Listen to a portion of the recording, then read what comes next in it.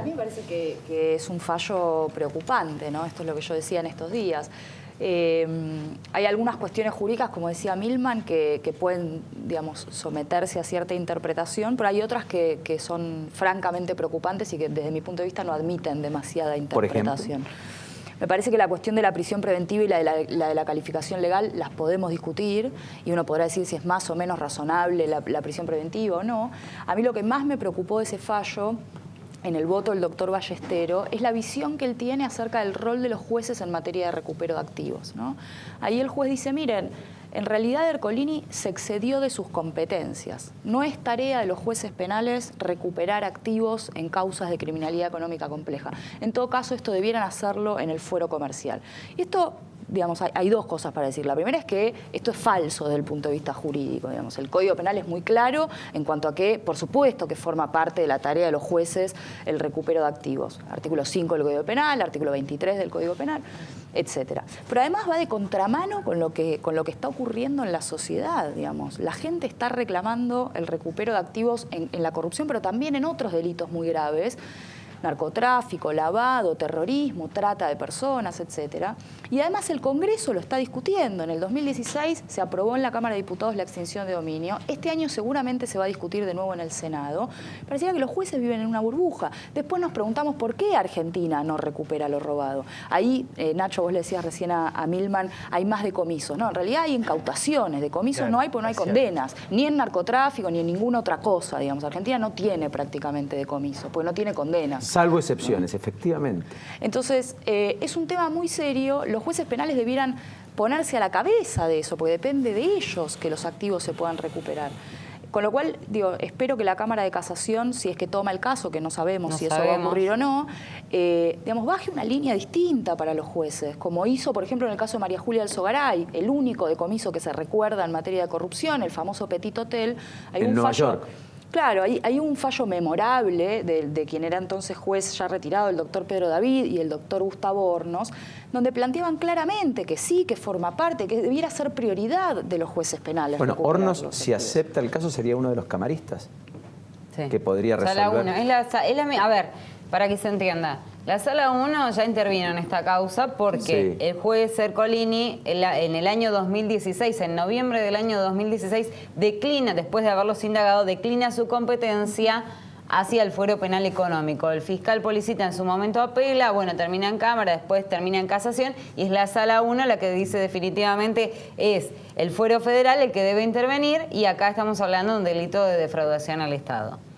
Ahora, la Cámara Federal, un tribunal inferior, decide cambiar la calificación legal y decir, no, esto es una retención indebida de tributos, más conocida como evasión, digamos. O sea, el delito precedente del supuesto lavado de dinero es el que no encuentra la Cámara para ratificar la prisión preventiva y la imputación que acá no estamos hablando de lavado de dinero, Paulino.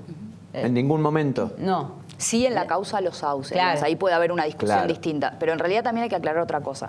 Si bien el cambio de calificación desancla un poco la causa de las otras, de las de corrupción o de los sauces, etcétera, en realidad tampoco es necesario probar el delito precedente, porque desde hace unos años a esta parte el delito de lavado es un delito autónomo. No hace falta la condena por el delito precedente. Podría avanzar igual los sauces sin esto.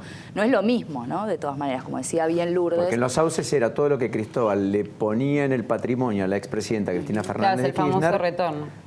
Donde algunos suponían que era el retorno por las obras que le daban al propio Cristóbal López en materia de obra pública. Exacto, exactamente. Ahora, entonces la justicia entiende que Cristóbal no pagó los impuestos, pero que con eso no financió la adquisición de bienes de manera irregular. No es que niegue que con eso no financió, no es que diga que con eso no financió la adquisición de bienes, es una discusión de dogmática penal. Esto es muy común en la justicia y a la sociedad le resulta una cosa alocada.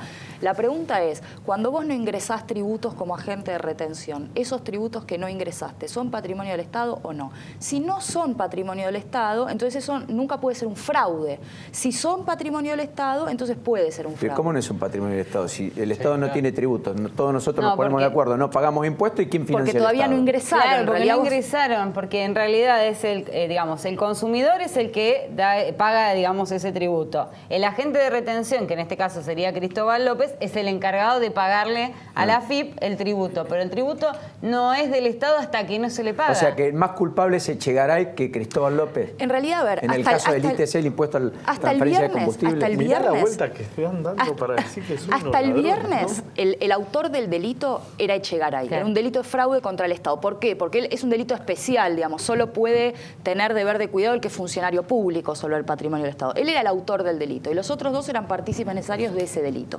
El viernes esto se invirtió y cambió la calificación. Ahora los autores son los empresarios y Echegaray pasa a ser un partícipe necesario de una apropiación indebida de tributos. O sea que el delito es menor para Echegaray. El delito es el mismo, la pena es la misma, el delito es distinto. La pena para los empresarios siempre es la misma. Para Echegaray en realidad empeora, se agrava porque hay un agravante en la ley, como bien decía Lourdes.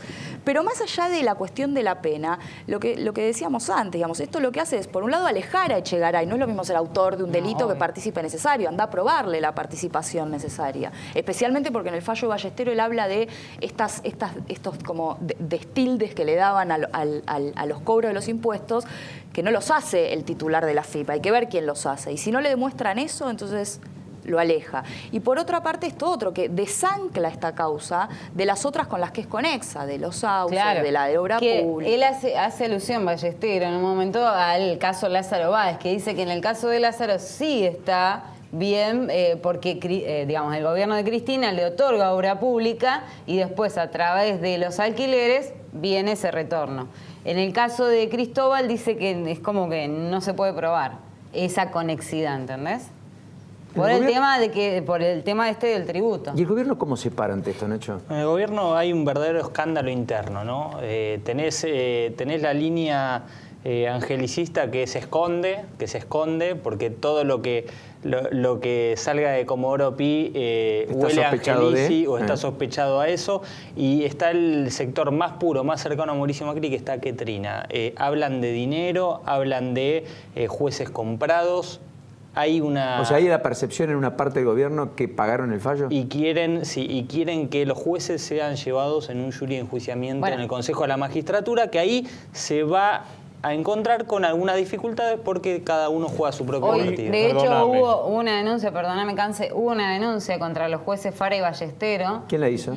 Un particular, el doctor Bastianes, en orden a los delitos de cohecho, prevaricato e incumplimiento de los deberes de funcionario. Sí, esto recayó en el juzgado de Rodríguez. Esa denuncia no ha sido tomada como con contenido por el gobierno. Paradójicamente, la única denuncia que se encontró no es validada. Dicen que difícilmente pueda prosperar, la ven difícil. Juzgado de Luis Rodríguez, juez federal.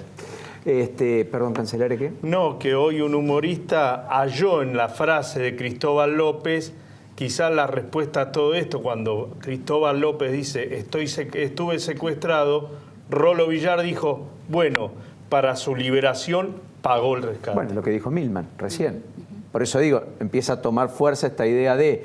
Ahora, qué grave, ¿no? Porque, digamos, en cualquiera de los casos es muy grave. Porque esa misma Cámara es la que resolvió sobreseer de manera definitiva al gobierno y a Michetti, la vicepresidenta, en el famoso acuerdo con Qatar. Sí, el memo con Qatar. El memorándum de entendimiento con Qatar, que había Podemos mostrado la ponerles a investigación. estos jueces, vamos al Que en principio. esa causa fue el propio Raficas el que había desestimado la denuncia del memorándum con Qatar. Lo mismo que había hecho con el memorándum con Irán, con lo Irán. hizo con Qatar, y ahora es la misma sala 1 la que tiene un lío con los confirma la desestimación. Vamos a ver qué pasa en 2 años. Natalia, No, me parece un tema de fondo que me parece que hay acá, que es la falta de Estado de Derecho, digamos. Lo que esto demuestra es la falta de Estado de Derecho, ¿por qué?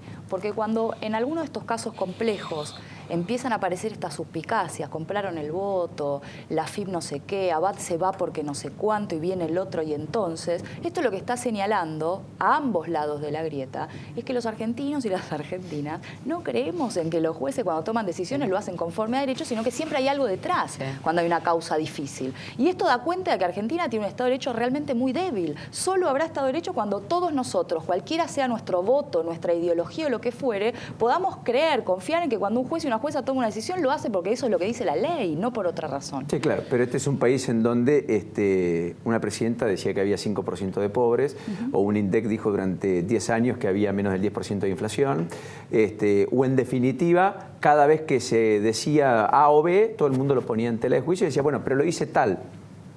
Tiene sus intereses para. Lo cual es un debate superador, porque efectivamente hay intereses detrás de cada cosa que se dice. Ahora, invalidar la propia noticia es el fenómeno de nuestro tiempo, es la posverdad. Es decir, esto es un vaso, punto. Después, digan lo que digan. A algunos les gustará más, otros menos, pero es un vaso. Evadiste el agua, denominador común es que esto es un vaso.